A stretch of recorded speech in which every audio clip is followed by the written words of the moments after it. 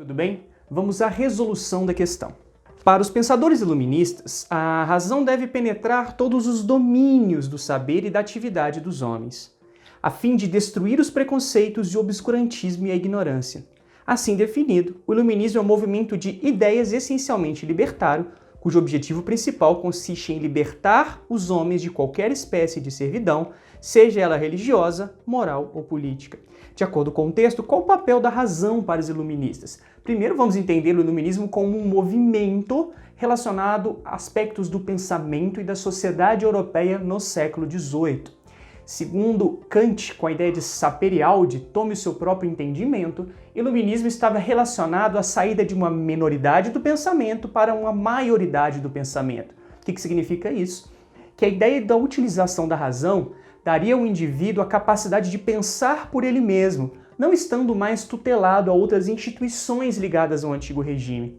Então o iluminismo, por meio da razão, defendia três princípios fundamentais: a autonomia de pensamento, a igualdade entre os indivíduos e a liberdade. E criticava diretamente as estruturas do antigo regime que até então impediam, eram um entrave ou de alguma forma dificultavam o desenvolvimento desses princípios por meio da razão, que era o pensamento religioso que fundamentava e de alguma forma estava vinculado à maneira que as pessoas deveriam pensar e como deveriam pensar com base na moral, no aspecto religioso.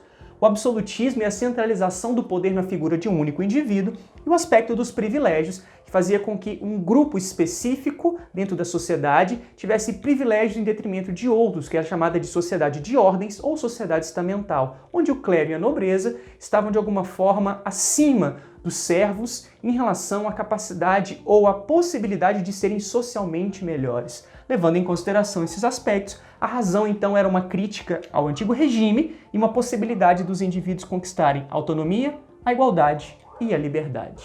Com base na moral, no aspecto religioso, o absolutismo é a centralização do poder na figura de um único indivíduo e o aspecto dos privilégios, que fazia com que um grupo específico dentro da sociedade tivesse privilégios em detrimento de outros, que é a chamada de sociedade de ordens ou sociedade estamental, onde o clero e a nobreza estavam de alguma forma acima dos servos em relação à capacidade ou à possibilidade de serem socialmente melhores. Levando em consideração esses aspectos, a razão então era uma crítica ao antigo regime e uma possibilidade dos indivíduos conquistarem a autonomia, a igualdade e a liberdade.